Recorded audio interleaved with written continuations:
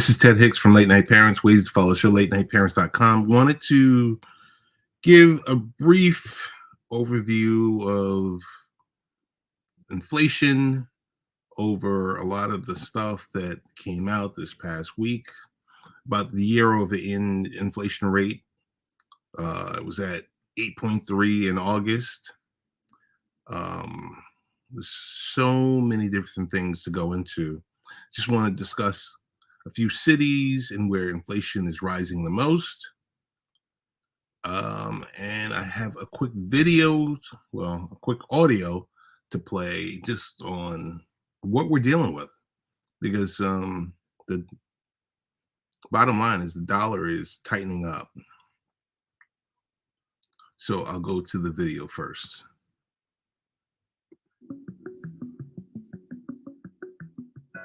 New inflation data released this week showed price increases in August worsening the cost woes for U.S. households. Though prices are rising in nearly every sector, some products have experienced bigger price increases than others. Since last August, airfares have jumped 33%, far outpacing the overall year-over-year inflation rate of 8.3%. The cost of public transportation has soared by over 20%, while the price of tires has spiked nearly 14% since a year ago. Energy price hikes continue to outpace the overall inflation rate as a general measure of energy prices rose almost 24%. Despite a drop in gas prices over recent months, the cost of gas is 25% higher than it was a year ago. A category of prices called other motor fuels, including diesel and ethanol, also skyrocketed 53% over the year. The prices of eggs and margarine have increased dramatically, up 40% and 38% over the past year.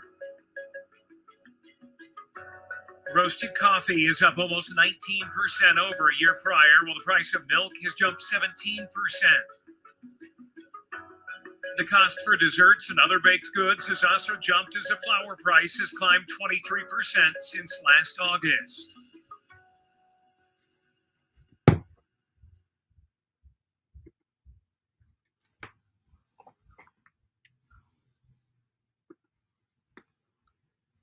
So the top 5 cities where inflation is rising the most.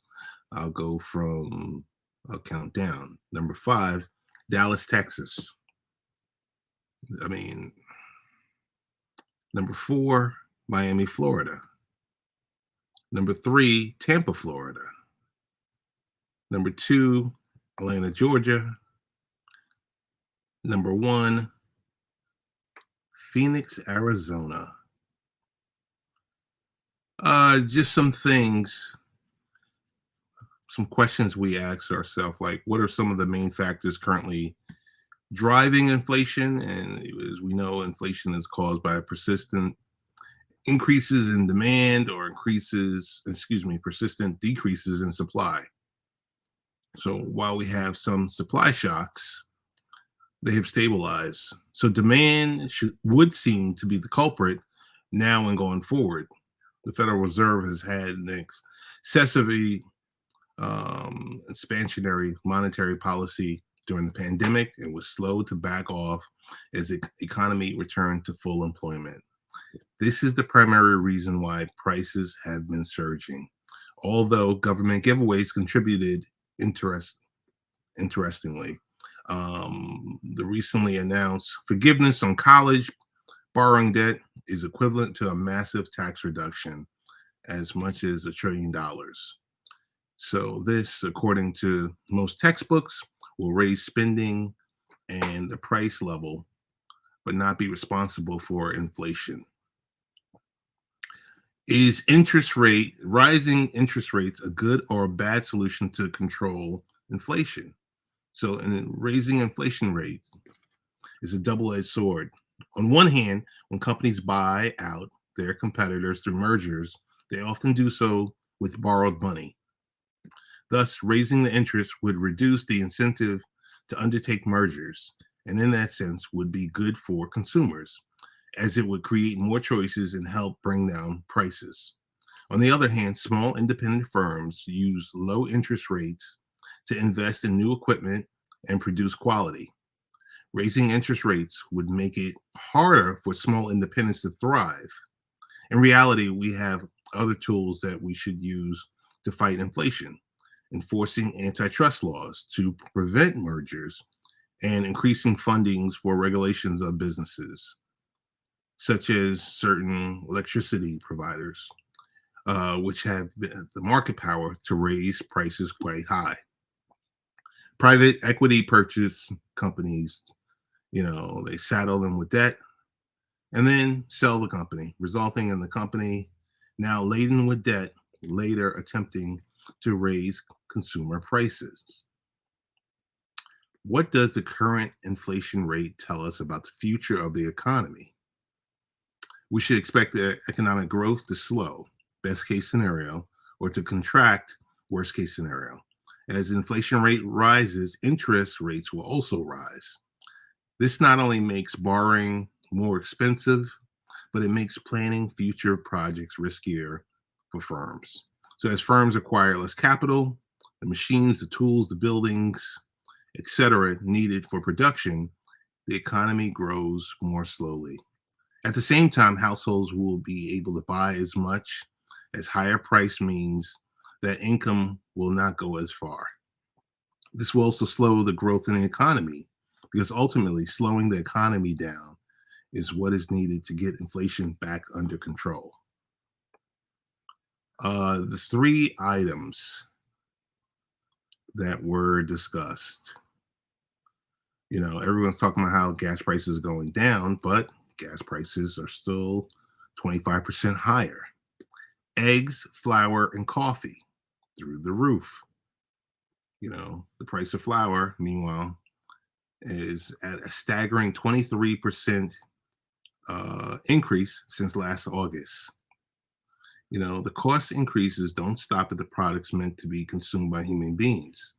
The price of pet food has gone up 13% since last year. And of course, airfare and travel related expenses. We were all stuck in our homes for, close to 2 years. What did we notice once we started traveling again? Those who took a flight over the summer know that airfares have skyrocketed.